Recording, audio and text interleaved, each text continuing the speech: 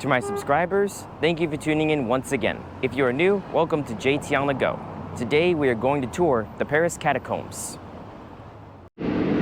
Let's start with how to get there by train. The closest station to the catacombs is Donfort-Rockrow, served by Paris Metro Lines 4 and 6 and RER Line B. If you look at the exit signs, there is one that points specifically to the exit that will lead you to the catacombs. Be aware that when you finish this tour, you will not exit from the same location where you entered because you will be walking one way underground. The Paris Catacombs are one of the few tourist sites that are not part of the Paris Museum Pass. This site requires a pre-booked timed entry ticket. It costs 29 euros, so be sure to book online in advance on the official website Les Catacombs de Paris. The site is open Tuesday through Sunday from 9:45 a.m. to 7:30 p.m. and is closed on Mondays. We just passed a hallway that provides information about the ossuary.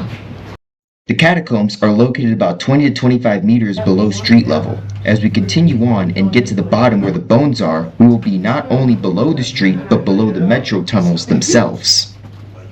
It is very dark down here, with only a handful of lights illuminating the way.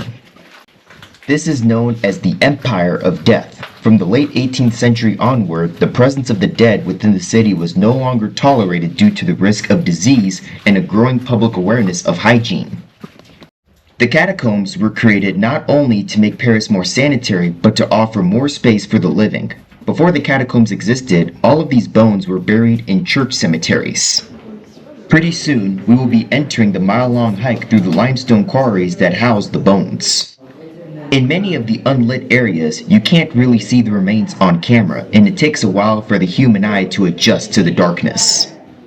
Out of the 6 million Parisians buried here, a large number belong to victims of the Black Death.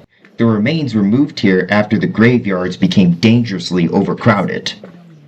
Being a body collector was largely considered one of the most thankless and dangerous jobs in human history, while at the same time being an essential one.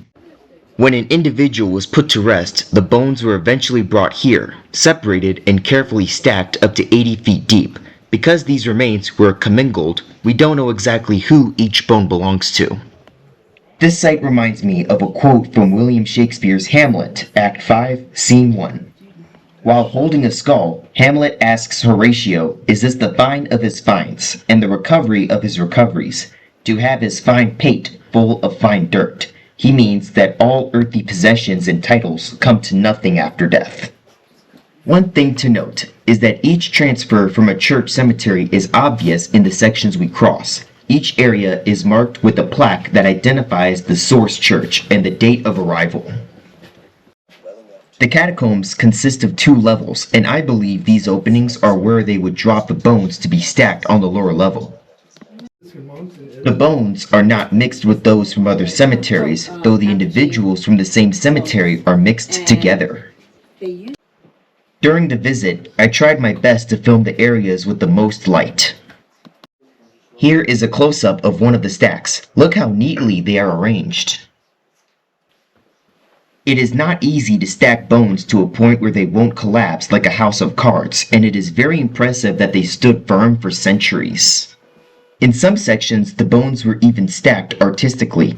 To make sure you stay on course, always look for the green exit signs you see all over Europe, as some parts of the catacombs can feel maze-like.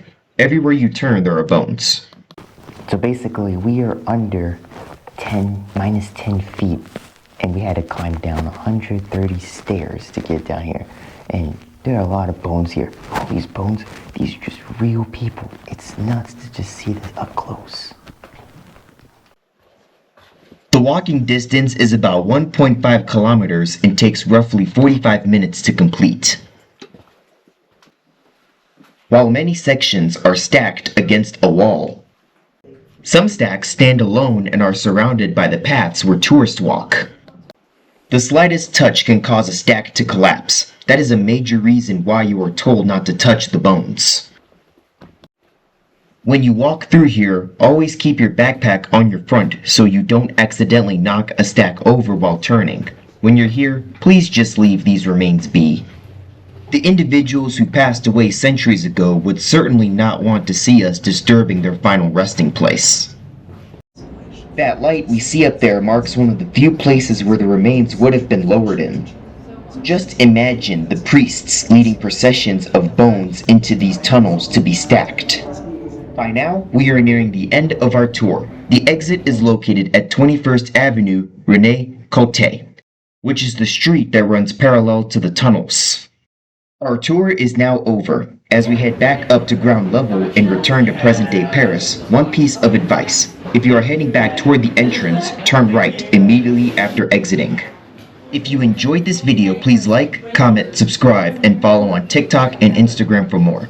While there are very few places where you can see history like this, I highly recommend visiting the catacombs to see it for yourself. Until next time.